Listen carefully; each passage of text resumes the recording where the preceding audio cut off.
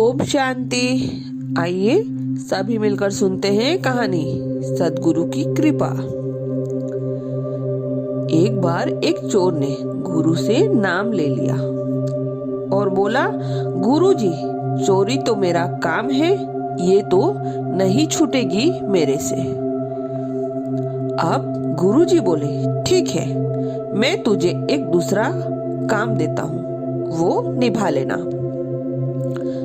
बोले, पराई स्त्री को माता बहन समझना। चोर बोला, ठीक है जी, मैं निभा लूंगा। एक राजा की कोई संतान नहीं थी, तो उसने अपनी रानी को दुहागन कर रखा था। 10-12 साल से बगल में ही एक घर में दे रखा उसमें रहती थी और साथ ही सिपाहियों की निगरानी रखने के लिए बोल दिया। उसी चोर का उस रानी के घर में चोरी के लिए जाना हुआ। रानी ने देखा कि चोर आया है।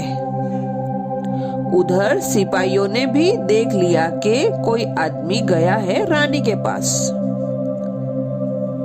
राजा को बताया। राजा बोला, मैं छिप छिप के देखूंगा। अब राजा छुप छुप के देखने लगा।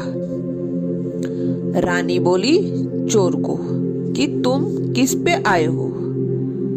चोर बोला, मैं ऊंट पे आया हूँ। रानी बोली कि तुम्हारे पास जितने भी ऊंट हैं, मैं सबको सोने चांदी से भरवा दूंगी, बस मेरी एक इच्छा पूरी कर दो।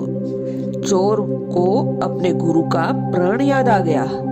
बोला, नहीं जी, आप तो मेरी माता हो, जो पुत्र के लायक वाली इच्छा हो तो बताओ, और दूसरी इच्छा मेरे बस की नहीं है।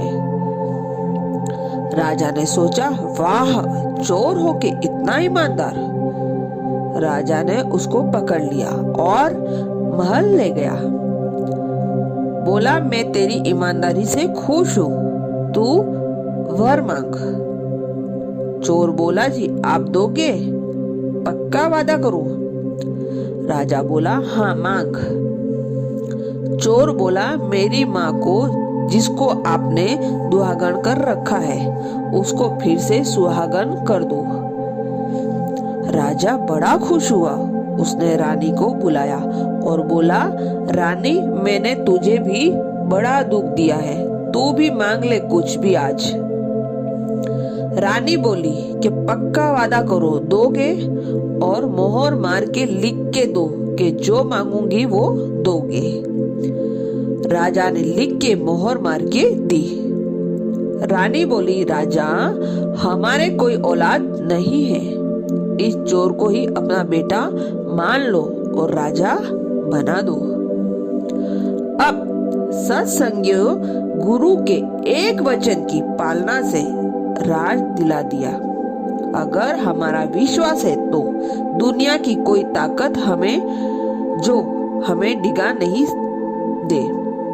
दगा नहीं दे सकती। सद्गुरु के वचनों अनुसार चलते रहे तो अच्छा।